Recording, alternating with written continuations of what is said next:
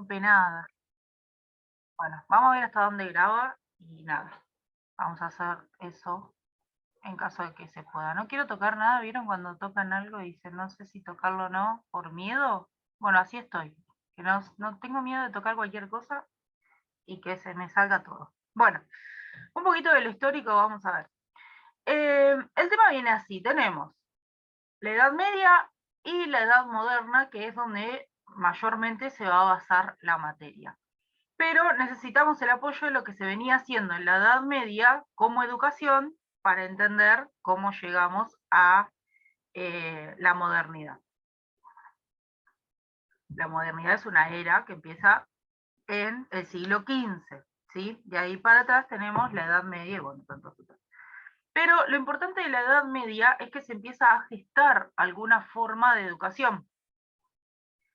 Tenemos principalmente cosas que ya saben por lo que sea, películas y bla, bla, que se repiten, que son, por ejemplo, el hecho de que, por supuesto, había un momento en la historia donde solo podían acceder a la educación quienes pagaban por ella, que en cierto momento eran los reyes, ¿sí? Los reyes, a veces, si les caía bien algún, en ese momento, bueno, yo les voy a decir empleado, pero en ese momento eran como súbditos de los que trabajaban en su palacio, y la verdad que le pagaban la educación a sus hijos, a los hijos de esas personas,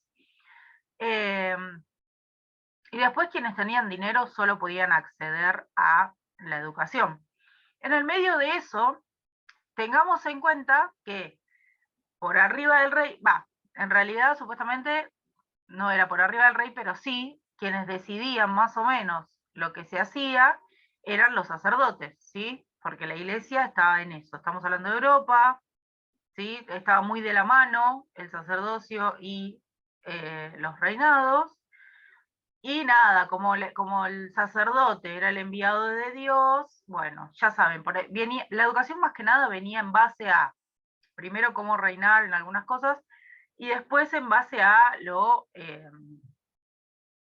que tenía que ver, si me ven frenar es porque estoy admitiendo gente, lo que tenía que ver eh, con la parte religiosa, ¿sí? Más o menos, supongo que en algún momento, en alguna circunstancia, en alguna película por lo menos, habrán visto, nada, reinados en Europa, o por lo menos se dan una idea de cómo es la cosa. Así que mucho para eso, para configurarles, como que no hace falta. Entonces, tenemos los reinados, pero ¿qué pasaba? Teníamos a los burgueses. Los burgueses eran quienes tenían la tierra, ¿sí? Que cultivaban.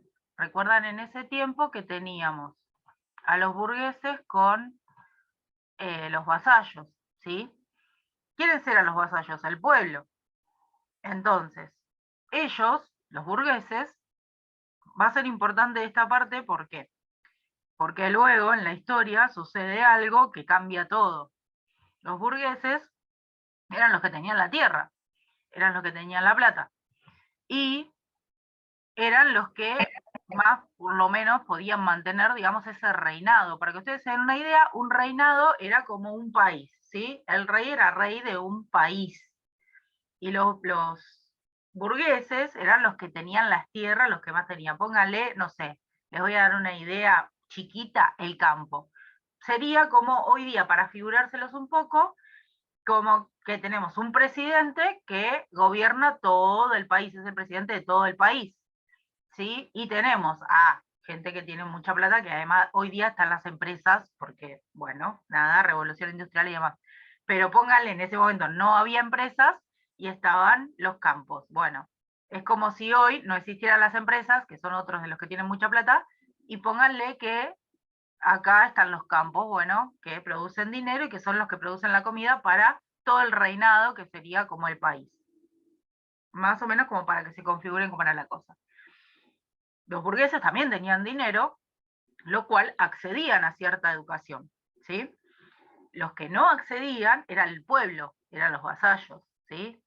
Entonces eran quienes trabajaban tanto para los reyes como para los burgueses. Bien.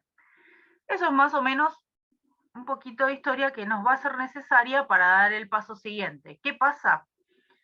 Habrán visto, habrán escuchado, no sé, o habrán leído alguna vez en su vida sobre Martín Lutero y tantos otros representantes de lo que fue quienes se opusieron a ciertas cosas de la Iglesia Católica. Si bien ellos venían de la Iglesia Católica, se opusieron. ¿Qué pasa? Empezaron a enseñar la Biblia en otros idiomas. Hasta ese momento era como la Biblia sagrada y solo quienes saben latín, bla, bla, bla, para eso tenías que saber latín. Bien, empiezan a traducir la Biblia al alemán principalmente y la empiezan a enseñar.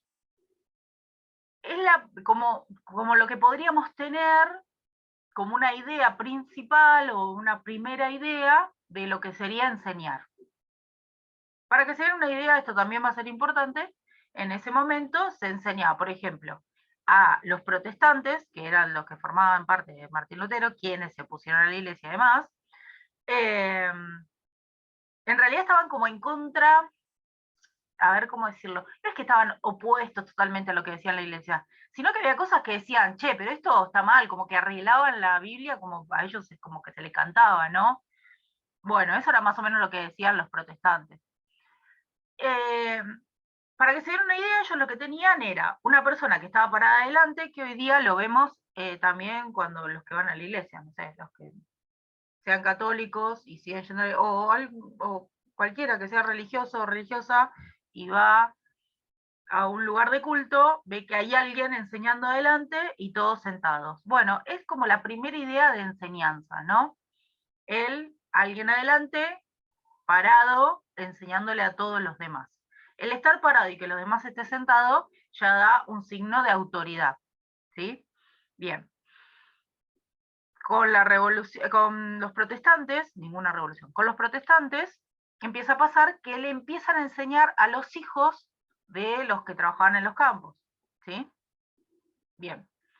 ¿Qué pasaba? La idea de los protestantes era que, por supuesto que las personas tenían que estar trabajando, trabajaban por un lugar donde vivir y un lugar cómo comer y mantener a sus hijos. Nada, eso, no se les pagaba más que eso. No tenían un salario, su salario era eso. Bueno, la idea era que los chicos y las chicas aprendieran, o sea, los niños y las niñas, para ir a su casa y enseñarle a sus padres sobre esto que estaba sucediendo, ¿sí? No nos vamos a meter en la historicidad de todo lo que pasó luego, bla, bla, bla, ¿no? De ahí viene el Ku Klux Klan, después y toda la cosa, ¿no? Bueno, no nos vamos a meter en todo eso. La cuestión es que le empiezan a enseñar, pero ellos les enseñaban tipo, como uno de ellos, monjes, que eran en ese momento, uno de esos monjes de los protestantes, enseñándole a todos niños sentados, niñas sentados, sentadas, como afuera, digamos, no tenían lugar como físico, ¿sí? Cuando esto se empieza a hacer un poco más, empieza a encaminarse, empieza a pasar que hay lugares donde se empieza a enseñar de la manera un poquito más tradicional de lo que nosotros conocemos, ¿sí? ¿Cómo serían estos lugares? Una persona para adelante, asientos duros, pónganle eh, las aulas magnas, ¿sí? Asientos derechos, todos agarrados, que no se pueden dar vuelta, y no sé si alguno vivió en ese tiempo, pero había unos pupitres que era que, o sea, el pupitre salía de, la mesita salía del asiento de adelante. O sea que no había forma de moverse. Se movía el de adelante, te tiraba todo a vos, porque además se usaba esa tinta, te tiraba todo a vos, así que no había forma de moverse. ¿Sí? Era así quieto, pa, pa, pa. Después hay otros tipos de escuela, como la escuela de la Canteriana, donde había unos que sabían más que otros, y entonces se sentaban de X manera, porque unos, los que más sabían, les enseñaban a los otros, y así sucesivamente. Pero más o menos esa es la manera que tenemos en la Edad Media, donde se empezó a conformar algún estilo de cosas que nosotros podemos llegar a conocer. ¿Está? Muy reducido lo que les estoy contando, ya sé.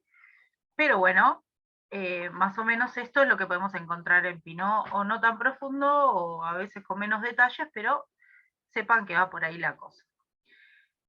¿Por qué me adentro en eso? Porque voy a tocar primero unas cosas que nos dice Pinot en su texto, que es cómo la escuela llega a tener la hegemonía de la educación. La escuela, o sea, la palabra escuela. Cómo la escuela, que es un lugar, o sea, un simple lugar, empieza a tener la hegemonía de la educación. ¿Qué quiere decir esto? Si yo pienso en educación, yo no pienso que alguien se esté educando si yo le estoy enseñando a cocinar. Nadie en la vida, en la historia, e incluso si yo se lo dijera a ustedes y no le estaría dando el resultado final, solo que, nada, no les pregunto, pero si yo les preguntara a ustedes y esperaría, o estaríamos frente a frente, así presencialmente, yo se los preguntaría, ¿ustedes dónde se creen que aprenden? Muchos me dirían la escuela, otros me dirían cursos, pero siempre con esta dinámica medio escolar, ¿no? Tipo cursos, talleres, bueno, todo con esta medio dinámica escolar, ¿no? Alguien que sabe, que tiene el saber y que le enseña a otros que no tienen ese saber, ¿sí? Siempre más o menos esta dinámica de escuela que no podemos salir, así sea de un taller o lo que sea. Con gente que una está parada o dos están parados y todos los otros aprenden. Y están sentados mirando para el frente. Más o menos se darían esa idea. ¿Dónde está eso? En la escuela, en su totalidad.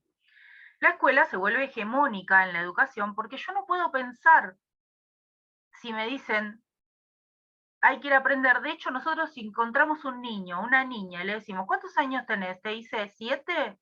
La segunda pregunta que nosotros le hacemos a ese niño o niña es, ¿vas a la escuela? Hoy día, el no estar escolarizado significa el no haber entrado dentro de la educación y se dice analfabeto a aquella persona.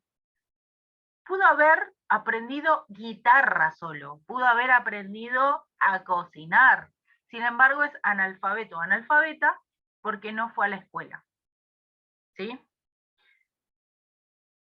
Es ahí, por lo cual, Pinot dice que la escuela se vuelve el lugar hegemónico por excelencia para la educación. La escuela dice y nos determina el futuro que nosotros vamos a seguir. Si en la escuela nosotros aprendemos, no sé, ¿alguien aprendió economía doméstica? No, nadie. ¿Se entiende? ¿Por qué? Porque no nos enseñan eso en la escuela.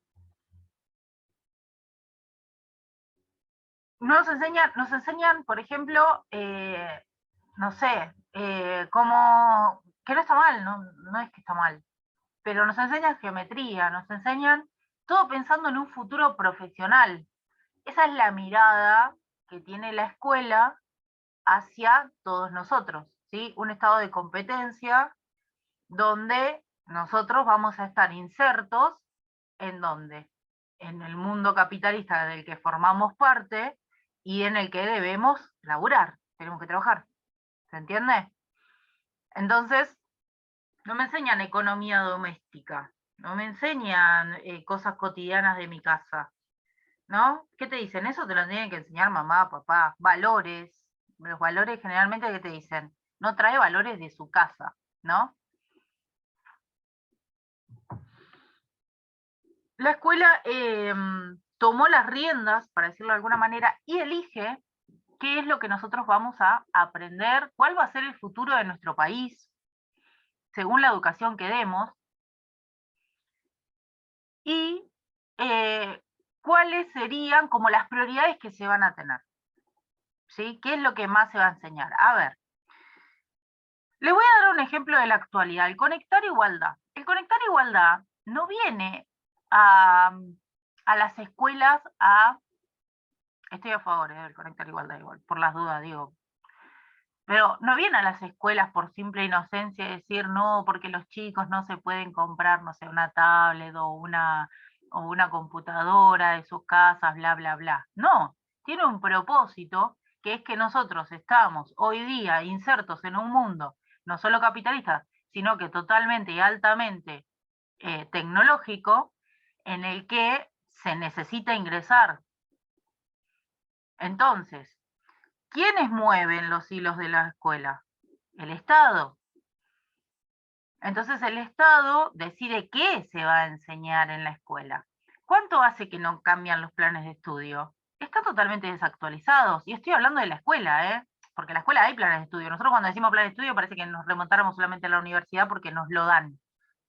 Pero esos proyectos, quienes son maestros, maestras, lo saben. Existe un proyecto de educación que no se le da a los chicos o a las chicas cuando van a la escuela. No se les dice, este año vamos a ver todo esto o estos 6 meses planifique esto, pero hay una planificación. Y esa planificación viene de una planificación más grande, que es la de la escuela, que la de la escuela viene del Estado. El Estado decide lo que se va a enseñar, la escuela lo adapta a su escuela y se lo pasa a maestros y maestras que hacen una planificación para su aula. ¿Se entiende? Porque está dentro de un sistema de sistemas. Entonces, los hilos los mueve el Estado. ¿Qué quiere decir esto? Que es el Estado el que va a decidir qué se va a enseñar. Entonces es por eso que la escuela forma parte de la hegemonía. Una cosa que me olvidé de decirles, cuando se corte volvemos a entrar por el mismo link que está. No les aseguro que las pueda grabar siempre. Recuerden que mi computadora anda como anda y hace lo que puede, ¿está? Se los digo por las dudas. El Estado va a tomar las riendas de eso y es ahí donde la escuela se vuelve hegemónica en la educación. Esto fue siempre así y podemos ver por lo que veníamos contando un poquito que sí, ¿no? Eran los sacerdotes. Hegemonía que sería que vos, para darte una idea con vos misma, o conmigo misma en este momento, sería como que yo abarco todo. Abarco todo. Póngale, para darles un ejemplo de cualquier cosa, de X cosa, no sé, yo vendo yerbas, póngale, qué ejemplo más pedorro, pero vendo yerbas, póngale, y saco del mercado a todas las demás yerbas y yo me vuelvo hegemónica. O sea, yo decido para dónde va a ir el lado de lo que se va a vender en yerbas. ¿Sí? Yo decido, yo tengo la decisión de lo que se va a hacer. Bueno, la escuela más o menos es eso. ¿Sí? Yo tengo la decisión del futuro de todos ustedes y de lo que van a estudiar de acá en adelante. ¿Sí? Concuerde o no eso con la actualidad, digamos, porque ya les digo, está todo desactualizado totalmente en el sistema de educación. No es una crítica, es algo beneficioso para que estemos revisando, que nada, no se revisa porque no se quiere, no es que no se puede. Bien, hasta ahí más o menos les hago ese paralelismo. Volvemos un poquito a lo que estaba hablando antes. Modernidad, siglo XV. ¿Cómo empieza la modernidad? Para que ustedes se den una idea, lo deben conocer Descartes. ¿Sí? Descartes, la modernidad empieza con la idea de no correr a Dios de todo, sino de que la ciencia tenga un lugar. Es ahí donde decimos que la historia pasa de ser, justo cuando explicaste qué es hegemonía. Hegemonía es que yo soy como que abarco todo. Yo soy la que decido sobre todo. Lo que se va a hacer, cuándo se va a hacer, cómo se va a hacer, todo, todo, todo. Tengo los planes de cómo se van a hacer y todos los demás, si quieren, me tienen que seguir a mí. Si no, bueno, nada, hagan lo que puedan. Nosotros vamos a enseñar esto. Lo que tiene la escuela también es hegemónica, ¿por qué? Porque cierra las puertas. Entonces, lo que pasa dentro de la escuela es otro mundo, ¿se entiende? Es otro mundo aparte. Existe el mundo y las escuelas, ¿no? Como que cierran las puertas y chao, ese es otro mundo diferente. Bien. Volví a esto de la modernidad, cómo empieza Descartes con la idea de un método científico, ¿sí? Un método científico, que no me voy a poner a explicarlo, porque o ya lo vieron en otras materias, o lo van a ver a futuro, van a hablar todo el tiempo de Descartes, porque este paso a la modernidad da paso a un montón de cosas. el cambio a la modernidad y el salto que se dio con Descartes y tantos otros representantes, pero sobre todo Descartes con el método científico, es interesantísimo. Y es muy importante para las ciencias sociales. ¿Qué pasa ahí? Pasamos de un teocentrismo, lo que se llama teocentrismo. ¿Por qué teocentrismo? Porque recuerdan, la cabeza de las ideas la tenía Dios, que la tenían los sacerdotes, que eran los representantes de Dios en la tierra. Teocentrismo, ¿está? Basado en Dios. Todo decidía Dios, porque Dios lo dice. Y Dios era el sacerdote. A un antropocentrismo. ¿Qué quiere decir? Que nos vamos a centrar en la persona, ¿sí? Cuando Descartes decide este método científico, no es que deja fuera a Dios, porque si no, imagínense que ¡pum!, a tu casa, amigo. Pedile, viste, anda pidiéndole entrada a San Pedro, imagínense, en ese tiempo, ¿no? Así que él no es que deja de lado a Dios, ¿no? Y después, bueno, nada, hay unas cosas ahí que están buenas, que se empiezan a formar con esta idea de la mezcla entre Dios y la ciencia, que es medio un quilombo. Pero para nosotros y los que nos compete en educación es el hecho de empezar a tener una ciencia que estudie ciertas cosas. Para que se estudie, tiene que haber lugares donde estudiarlo, ¿sí? Empiezan a crecer un montón de cosas ahí. Por ejemplo, no sé, para que lo tengan en cuenta, universidades donde se empieza a estudiar en desde la ciencia, desde la mirada científica, cosas que hoy día son piso de un montón de materias que nosotros vemos incluso. ¿Se entiende? Ahí empieza como toda esta revolución. La escuela hace un mínimo cambio, ¿sí? Que es el hecho de, bueno, de dejar de ser religiosa también. Dejar de ser religiosa. Pero hasta ese momento, nada. Mantenemos ahí la cosa, sigue todo igual. ¿Qué tenemos ahí? Las 17 piezas de Pinot. A ver si puedo poner el coso.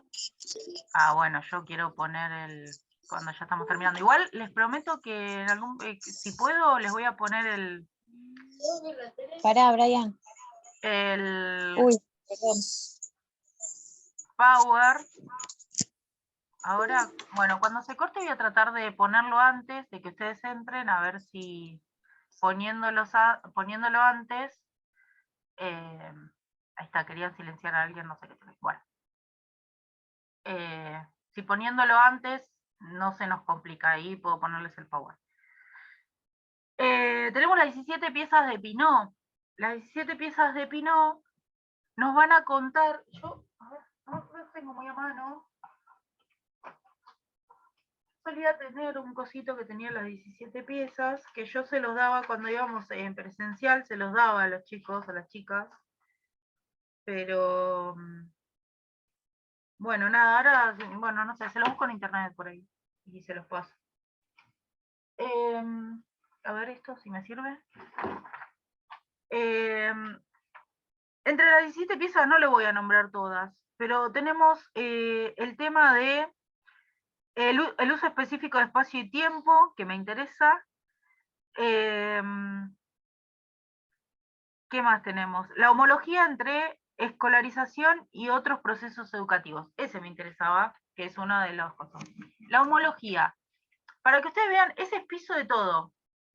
De las 17 piezas, la homología entre educación y otros espacios de educación es la base de todo. Es lo que yo les expliqué al principio de cuando empezamos a hablar. Cuando ustedes piensan en educación, me empiezan diciendo, escuela, bueno, ¿qué más? Talleres, bueno, ¿qué más? No sé, cursos, bueno, ¿qué más? Todo tiene la misma modalidad de una escuela. Todo es alguien parado, o dos personas paradas, o dos personas, bueno, hoy día con la tecnología, ¿no? Así, una persona que malmente se comprende, no me voy a hacer cargo de tener el saber, sino de haber aprendido un poquito la materia un poquito antes que ustedes, nada más, pero alguien que tiene un saber que lo deposita en otros, ¿sí? Y la verdad que no es la idea hoy día que se mantiene, pero seguimos en eso, ¿no? Una persona que enseña y los demás aprenden.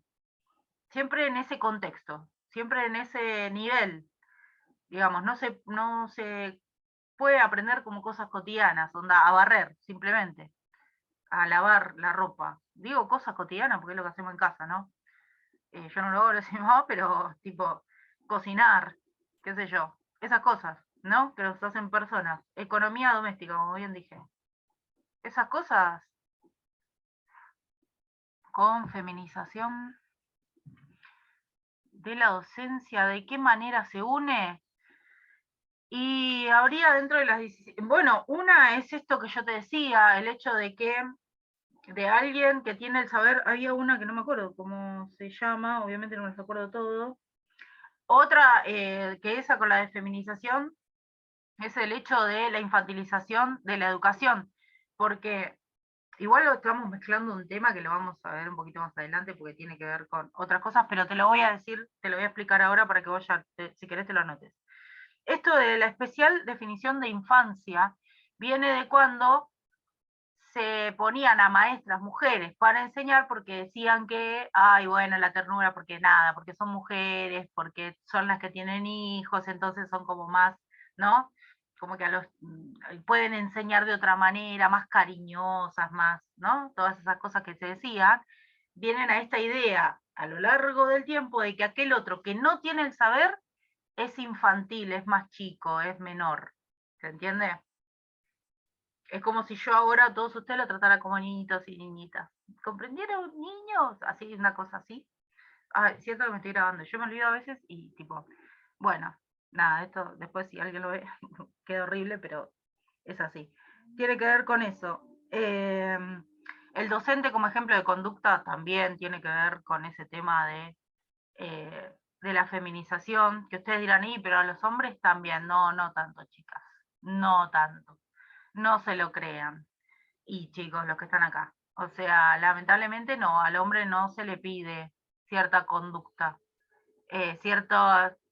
Hace poco, seguramente lo han visto, hace poco salió una noticia de una seño que vendía contenido en internet, lo que se llama contenido, para quienes no sepan, es fotos, fotos que eligen monetizarlas, y nada, las madres de una escuela estaban como locas, como tipo, no puede ser la maestra, no puede ser la maestra de eh, de mi hijo, de mi hija, porque vende contenido en internet, ¿no? Bueno, eso si fuera un hombre, les aseguro que no se le pediría. No, la simetría no, porque eso sabes con qué tiene que ver lo de la simetría, con el que enseña que está como es asimétrico, o sea, como tiene el saber, es el que sabe y tiene toda la... Entonces es como que más allá de la feminización, tiene que ver más con esto, con lo que digo, con lo de infancia, con el ejemplo de conducta, eh, a las mujeres como que hasta el día de hoy se lo sigue marcando igual, ¿eh? Tipo, no puede ser seño y al mismo tiempo como tener una vida fuera de ser seño. Bueno, volví a lo de modernidad porque si no me voy a perder ahí. Bueno, con esto de Descartes empezamos la modernidad, siglo XV. Pasamos del teocentrismo al antropocentrismo con esta idea, ahí metemos las 17 piezas, la homogalización, eso, entre la educación moderna y otros sistemas. Este otros sistemas va a lo que habíamos hablado antes, este tipo de escuela de sentarse mirando al frente con alguien que tiene el saber, bla, bla, bla, bla, bla, bla. Sí, el iluminismo también. Que, sí. Sí, igual acá no se adentra mucho en la historia, más que nada la utiliza para el tema de cómo homologar, digamos, porque el iluminismo tiene que ver mucho más con el arte, digamos. Si estuviéramos viendo arte, vendría al tema. Pero sí, sí, tenemos el iluminismo en la modernidad. ¿Qué tenemos en la modernidad también? Además del iluminismo que decía, porque eso tiene que ver con el arte. Pero que no deja de ser un proceso que abarca todo lo otro, porque también es un proceso económico que tenga que ver con el arte. Pero ¿qué más tenemos? Tenemos las revoluciones burguesas en la modernidad. que las tenemos en el siglo XVIII, que nos han marcado de ahí en adelante toda la historia mundial. Revolución Francesa, Revolución Industrial, y ahí entra el iluminismo. Revolución Industrial para todo lo que es maquinarias, fábricas y demás. Revolución Francesa para todo lo que es el sistema burocrático. Ahora voy a optimismo pedagógico, pero primero tengo que pasar por las revoluciones para optimismo. Revolución burguesa, Revolución Francesa para todo lo que es el nivel burocrático estatal. Por supuesto, cambio económico, en las tres, cambio social, cambio cultural. En este caso solo se ven la industrial y la Revolución Francesa, pero el iluminismo, ya que lo traían a colación, tiene que ver también en ese proceso que tiene que ver con el arte. Bien. ¿Qué pasa en la Revolución Francesa, que es lo que a nosotros nos interesa? Los burgueses se cansaron de tener reyes y le cortaron la cabeza. ¿Sí? Le cortan la cabeza, es histórico, lo pueden buscar en internet, le cortan la cabeza, para el que no lo sabe dice, ¡fuah! ¡Qué copada historia! Lo pueden buscar en internet. Le cortan la cabeza y empiezan, sí, ingresan por el mismo link cuando se corte, y empiezan a ordenar un estado, ¿sí? Porque la idea de ellos, recuerden, ellos tenían, ¿cómo llegan ahí? Recuerden a quién tenían de su parte, al pueblo, porque ellos no le negaban al pueblo ser educado, ¿sí? Entonces, tipo, el pueblo estaba con ellos, porque onda, los reyes nos explotan, los reyes no hacen nada, ustedes laburan la tierra es nuestra, entonces, ¿por qué los reyes están siendo reyes? ¿Por qué nos gobiernan estos tipos que ganan plata a costa nuestra? Bueno, se le pusieron todo en contra, pueblo levantado, pum, muerte. Los burgueses no tenían una idea mucho mejor que la de los reyes, pero sí le pintaban eso al pueblo. Ellos iban